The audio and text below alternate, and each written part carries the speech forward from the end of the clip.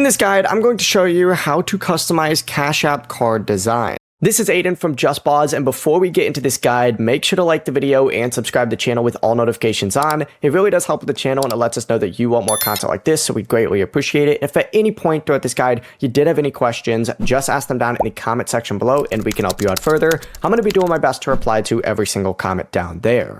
Now, first things first, open up Cash App and you need to go down to the very bottom and then essentially just go up to the top and select your card. Now, you can do this with a new card or you could do this with a card that you currently own as well, but you need to open up your card settings and under Manage Card, just tap Design a New Card, and this is up at the very top where mine says Get This Free Card right now. You could go through and you could customize this really however you would like.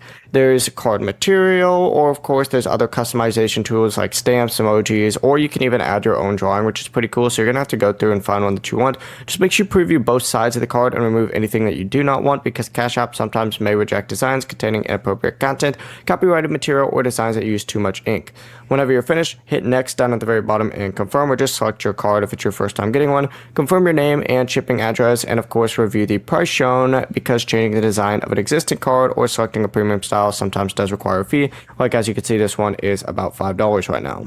Finally, just submit that order and track the replacement card's delivery inside of your Cash App app and you're good to go. Before you do leave, make sure to like the video and subscribe to the channel with all notifications on. It really does help with the channel and it lets us know that you want more content like this. We'd greatly appreciate it. And if at any point throughout this guide you did have any questions, just ask them down in the comment section below and we can help you out further. I'm going to be doing my best to reply to every single comment down there. Peace.